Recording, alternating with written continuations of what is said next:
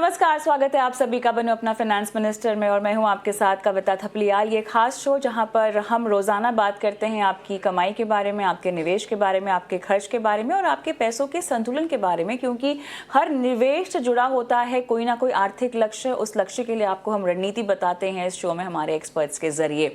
लेकिन इस शो में आप भी भाग ले सकते हैं, क्योंकि इस शो की खास बात यह है कि हम आपके पोर्टफोलियो की प्लानिंग करवाते हैं लाइव हमारे एक्सपर्ट से। तो अगर आपको भी कोई सवाल हम तक पहुंचाने हैं तो अपने सवाल आप हमें व्हाट्सएप कर सकते हैं, और अगर यूट्यूब पर सवाल भेजना चाहते हैं तो कमेंट बॉक्स पे अपने सवाल डाल सकते हैं। लेकिन चलिए शो की शुरुआत करते हैं एक बेहद खास मुहिम के साथ। महीने की शुरुआत में अक्सर बड़े बड़े पैसों के काम होते हैं, जैसे सैलरी आती है, बिल भरने होते हैं, खर्चों की प्लानिंग करनी होती है। लेकिन जिस तरह से हम अपने खर्चों की प्लानिंग करते हैं उसी तरह अपने निवेश की प्लानिंग करना भी उतना ही ज़रूरी है। इसी आदत को बढ़ावा देने के लिए SBI म्यूचुअल फंड और टाइम्स नेटवर्क मिलकर एक खास इन्वेस्टर अवेयरनेस पहल शुरू कर रहे हैं, और जिसका नाम है भारत निवेश। और इस पहल का मकसद भारतीयों में लगातार निवेश करने की आदत को प्रोत्साहित करना है, ताकि अपना आर्थिक भविष्य सुरक्षित आप कर सके। और आज हमारी इस खास पेशकश में हमारे साथ अभिजीत चौकसी हमारे मेहमान जुड़ गए हैं। अभिजीत, हाय, गुड इवनिंग, स्वागत है आपका। और हम इस पहल में बहुत ही इंपॉर्टेंट टॉपिक पे आज बात करने वाले हैं अभिजीत, और वो है म्यूचुअल फंड्स में मुनाफा कैसे बांधना चाहिए। अब हर कोई निवेश तो कर लेता है, लेकिन मुनाफा जब बांधने का समय होता है तो उसकी भी अलग रणनीति होती है। तो ये बताइएगा कि कैसे हम जो है बाहर निकल सकते हैं, प्रॉफिट बुक कर सकते हैं म्यूचुअल फंड में। उसका कोई सही समय होता है क्या? करेक्ट। सो ये सवाल बहुत ही इंपॉर्टेंट है, बिकॉज स्टॉक मार्केट में भी जो मेजोरिटी लोगों के क्लाइंट्स के क्वेश्चंस आते हैं वो है कि हमने बाई तो कर लिया स्टॉक, लेकिन निकलना कब है, एग्जिट कब करना है। तो म्यूचुअल फंड में भी एक मैं आपको सेम फंडामेंटल सलाह दूंगा कि एक बेसिक 4 स्टेप फ्रेमवर्क है। तो सबसे पहले तो एक जो हम क्लाइंट्स को बताते हैं कि आपको हर निवेश को एक गोल के साथ टाई करना है, और मान के चलो आपका जो गोल है वो करीब 80 to 90% अचीव होने की कगार पे है, तो आप फिर धीरे धीरे आप विड्रॉवल आप स्टार्ट कर सकते हो। तो एटलीस्ट 20 to 30% से लेके फिर by the time your goal is reaching आप उसको अप टू 100% आपको एग्जिट करने की रणनीति बनानी चाहिए। दूसरा है कि एक डिसिप्लिन अप्रोच फॉलो करना चाहिए कि जैसे जैसे मार्केट्स अगर हीट हो रहे हैं तो एटलीस्ट आप पार्ट्स में एक साथ की स्टैगर्ड मैनर में 15-20% के हिसाब से आपको विड्रॉवल करने चाहिए। और एक सलाह ये है कि आप STP और SWP which is systematic transfer और विड्रॉवल प्लान भी यूज कर सकते हो। तो ये जो है उसकी जो हमने रिटर्न कैलकुलेशन करी है तो वो एक नॉर्मल विड्रॉवल से काफी बेटर रिटर्न्स ये देते हैं। एंड जो दूसरे क्लाइंट्स के काफी क्वेरीज आती है तो उसमें से ये है कि कभी भी टाइम करने की कोशिश ना करें, बिकॉज ये बहुत ही डिफिकल्ट है। बेस्ट है कि आप एक अपने जो गोल है उसके साथ स्टिक रहे और एक प्लान फॉलो करें, बिकॉज मार्केट टाइमिंग ऑनेस्टली कोई भी सक्सेसफुली मैं नहीं जानता जो कंसिस्टेंट बेसिस पे कर पाया है। बिल्कुल, लेकिन अभिजीत एक और सवाल मुझे पूछना है, क्योंकि हम म्यूचुअल फंड प्रॉफिट बुकिंग की बात करते हैं और हर निवेश को जो है आप अलाइन करते हो अपने फाइनेंशियल गोल के साथ। तो प्रॉफिट बुकिंग को लेकर भी कोई टारगेट होना चाहिए क्या? रिटर्न का टारगेट, जैसे 12% अगर दे दिए हो फंड ने, 15% दे दिए हो तो निकल जाना चाहिए। टाइम पीरियड या मार्केट लेवल पर आधारित होना चाहिए आपका प्रॉफिट बुकिंग करने का समय या रणनीति, तरीका क्या सही है? जी, रणनीति है वो मेरे हिसाब से काफी इन्वेस्टर्स है जो कि एक रिटर्न के हिसाब से करते हैं, बट उनको एक गोल ओरिएंटेड रहना चाहिए। जस्ट बिकॉज 12% जो निवेश है वो मिल गया वो कोई रीजन नहीं है कि हम निकल जाए। सेम जो लॉज अप्लाई होते हैं स्टॉक मार्केट में वो सेम लॉज इसमें अप्लाई होते हैं कि फॉर एग्जांपल अगर आपका गोल था कि ट्रैवलिंग का कॉर्पस एक्यूमुलेट करना है, तो वो गोल अगर कंप्लीट हो जाता है तो आप उसमें से एग्जिट कर सकते हो, but based on specific return या फिर बेस्ड ऑन मार्केट वैल्यूएशंस मुझे नहीं लगता है कि वो फिर मार्केट टाइमिंग में आ जाता है, तो उसको नहीं एग्जिट करना चाहिए। अभिजीत, कई निवेशक जो हैं मार्केट रैली के बाद जल्दी घबराकर पैसा भी निकाल लेते हैं। अब ऐसे में सबसे आम गलती क्या होती होगी निवेशकों की तरफ से? जी, टाइमिंग द मार्केट जो है वो काफी कॉमन है, लोग टाइमिंग करने की कोशिश करते हैं। जैसे अगर स्टॉक बढ़ गया या फिर कोई म्यूचुअल फंड बढ़ गया तो और कितना ज्यादा जा सकता है, तो उनके दिमाग में आता है और अभी इतना बढ़ गया और कितना बढ़ेगा।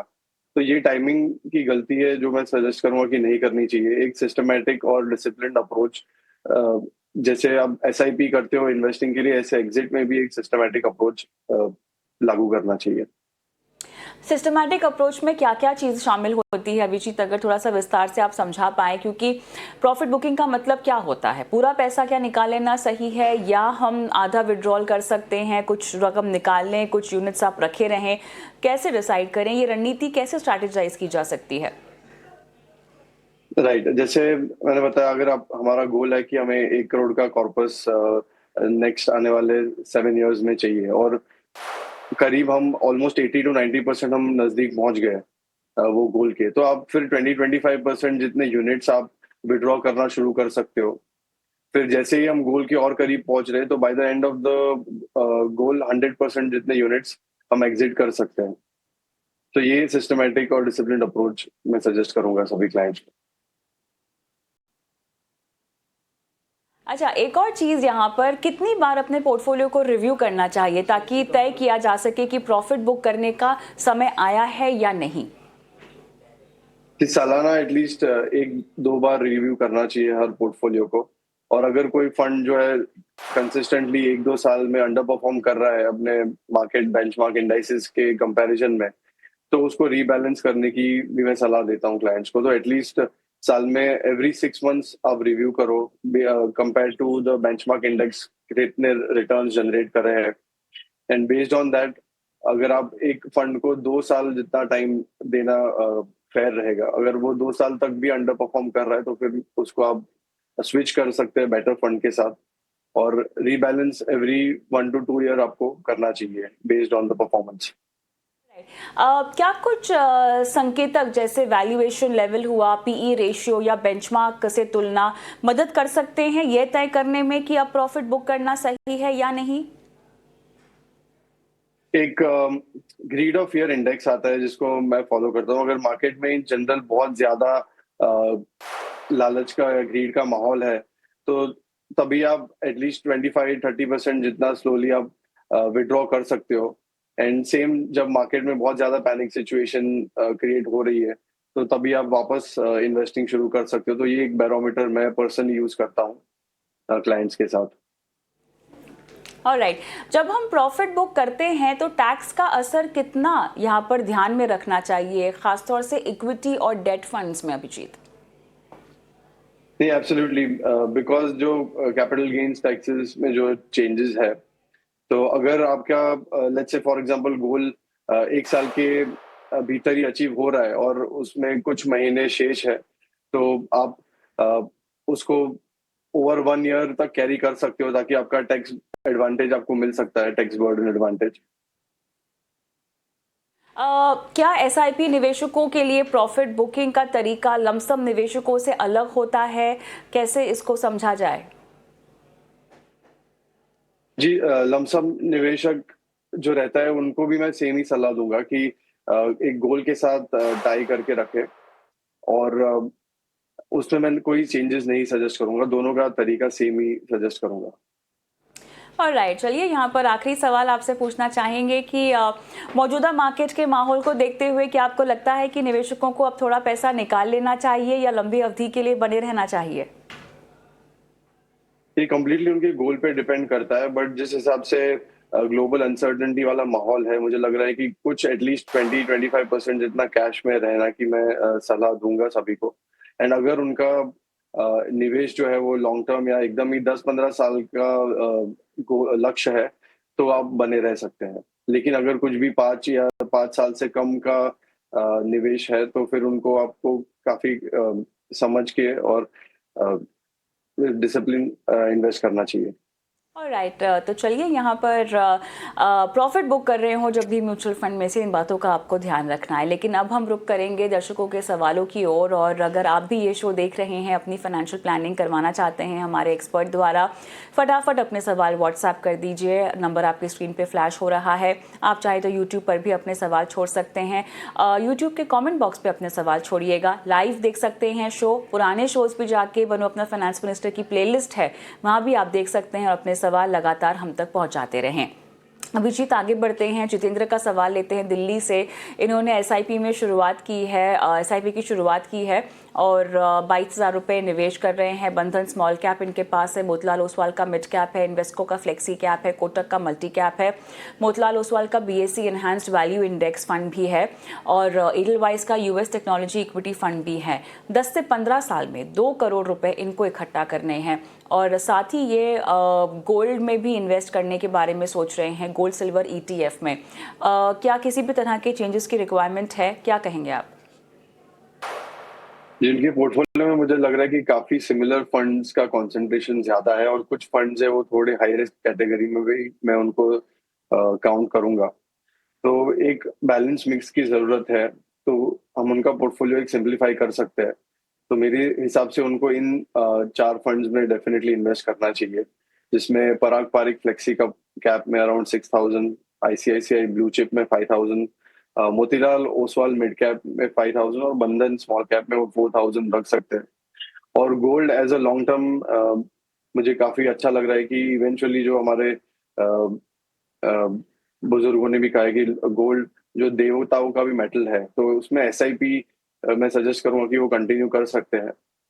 गोल्ड में लॉन्ग टर्म के हिसाब से मुझे हर महीने एसआईपी हर निवेशक को एटलीस्ट 10% ऑफ द पोर्टफोलियो करनी चाहिए।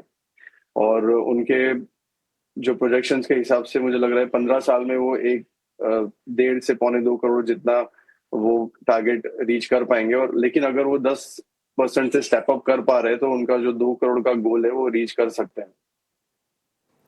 चलिए, तो यहाँ पर कुछ चेंजेस जो आपको ध्यान में देने होंगे। अतुल दुबे का सवाल लेंगे अभिजीत। इन्होंने पराग पारिक फ्लेक्सी कैप में निवेश कर रखा है, मोतीलाल ओसवाल का इनके पास फंड है, इंडेक्स फंड है, क्वांट का भी इनके पास स्मॉल कैप है। तीनों फंड में ये एसआईपी कर रहे हैं। दिसंबर 2024 से 45 तक करने की इनका इरादा है। और एसबीआई निफ्टी 500 इंडेक्स में इन्होंने लमसम कर रखा है 50,000।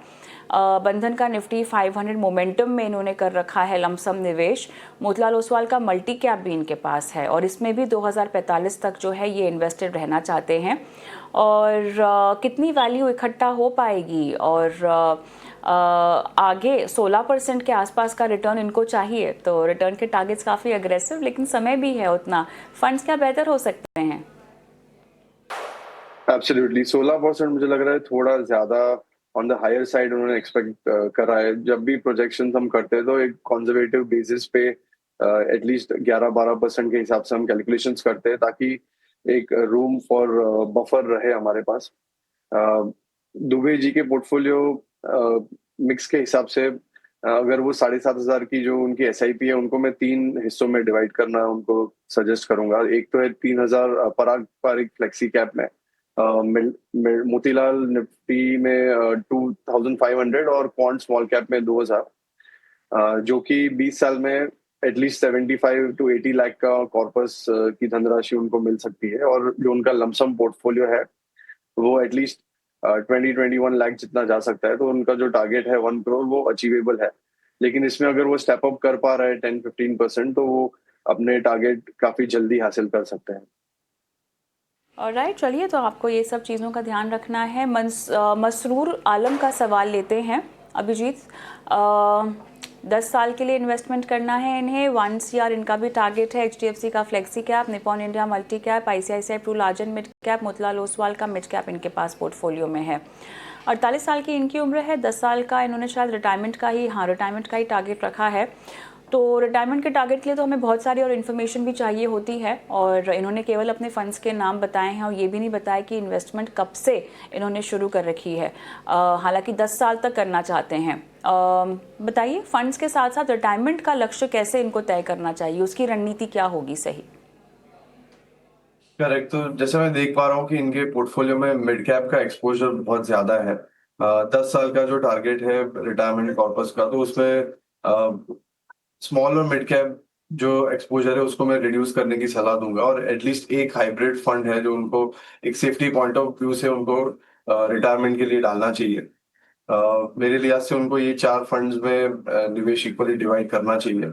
पराग Parikh flexi cap, ICICI large and mid cap, Nippon multi cap, और एक हाइब्रिड में Parag Parikh conservative hybrid fund, जिससे पोर्टफोलियो में बैलेंस और सेफ्टी भी इसमें रहेगा। प्रोजेक्शंस के हिसाब से उनका 10 साल में अगर हम 12% का CAGR भी कंसिडर करें, तो एटलीस्ट 45-50 लाख का उनका जो टारगेट है वो बन सकता है। लेकिन 1 करोड़ के लिए पहुंचने के लिए उनको या तो अपना अवधि बढ़ानी पड़ेगी 3 साल से, या फिर स्टेप अप का अगर वो सहारा लेते हैं 10-15%, तो वो इजीली अचीव कर सकते हैं। और जो आपका दूसरा सवाल था कि रिटायरमेंट के लिए उनको एक अच्छा इक्विटी और डेट फंड का मिक्सचर यूज करना चाहिए, ताकि डाउन साइड खराब साइकिल्स में उनका पोर्टफोलियो प्रोटेक्टेड रहे।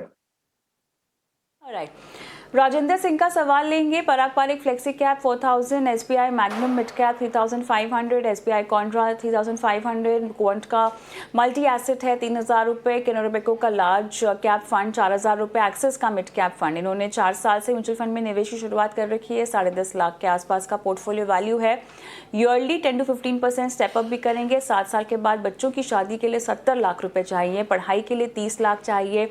एनपीएस में 30 लाख का फंड ऑलरेडी इकट्ठा किया हुआ है। जीपीएफ में कहते हैं कि हर महीना 7,000 रुपए इनका जाता है। राइट। इनका जो 7 साल का जो टारगेट है, जो शॉर्ट टर्म मैं कंसिडर करूंगा, तो उनको एटलीस्ट स्मॉल और मिड कैप का एक्सपोजर कम करना चाहिए। एक बैलेंस फ्लेक्सी के फंड की कमी है, तो मैं इन 4 फंड में उनको सलाह करूंगा। पराग पारिक फ्लेक्सी कैप में 5000, कैनरा रोबेको ब्लू चिप में 5000, और एक्सिस मिड कैप और आईसीआईसीआई बैलेंस एडवांटेज में 4 और 7000 जितना निवेश वो कर सकते हैं।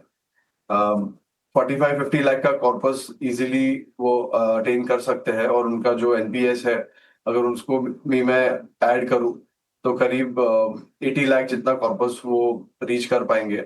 अगर लेकिन इसमें वो स्टेप अप ऐड कर रहे हैं 15% जितना, तो उनका जो 1 करोड़ का कॉर्पस है वो अचीवेबल लग रहा है। हल्दर का सवाल लेंगे पटियाला से, और ये पोर्टफोलियो रिव्यू करवाना चाहते हैं। आईसीआईसीआई का ब्लू चिप है, यूटीआई निफ्टी 50, मोतीलाल ओसवाल का मिड कैप, क्वांट का लार्ज एंड मिड कैप है, PPF Parag Parikh flexi cap, SBI small cap 1CR 2030 तक। प्रेजेंट पोर्टफोलियो वैल्यू इनकी 12 लाख है। राइट। इनका जो 5 साल का लक्ष्य है, तो उसमें फुल इक्विटी एक्सपोजर लग रहा है, तो मुझे लग रहा है उनमें से थोड़ा उनको डेट की तरफ भी जाना चाहिए। तो इनकी सजेशन में मैं 4 फंड्स इनको सजेस्ट करूंगा। आईसीआईसीआई ब्लू चिप में वो 15,000 कर सकते हैं इन्वेस्ट, फिर पराग पारिक फ्लेक्सी कैप और आईसीआईसीआई बैलेंस एडवांटेज में 15,000, और quant large and mid cap में बाकी की 15,000 वो निवेश कर सकते हैं। और उनका जो एग्जिस्टिंग पोर्टफोलियो प्लस एसआईपी दोनों का अगर मैं कंबाइन करता हूं, तो 5 साल में वो अराउंड 80-85 लाख जितना अचीव कर पाएंगे। और एटलीस्ट 10-15% अगर वो स्टेप अप कर पा रहे हैं, तो उनका 1 करोड़ का गोल इजीली अचीवेबल लग रहा है। सिर्फ उनको मैं एक ही सलाह दूंगा, बिकॉज उनकी एज 55 है, तो थोड़ा डेट और इक्विटी मिक्स रखे। एटलीस्ट 50-50 अगर वो मिक्स रख पा रहे हैं थ्रू हाइब्रिड फंड्स के थ्रू, तो उनका लक्ष्य अचीवेबल लग रहा है। Thank you. ऑलराइट अभिजीत, आपने समय दिया, तमाम दर्शकों की फाइनेंशियल प्लानिंग आपने करके दी, उनके पोर्टफोलियो को अलाइन किया उनके फाइनेंशियल गोल्स के साथ। बहुत बहुत धन्यवाद आपका। Thank you. और अब भी छोटा सा ब्रेक लेंगे, लेकिन ब्रेक के उस पार एक खास चर्चा।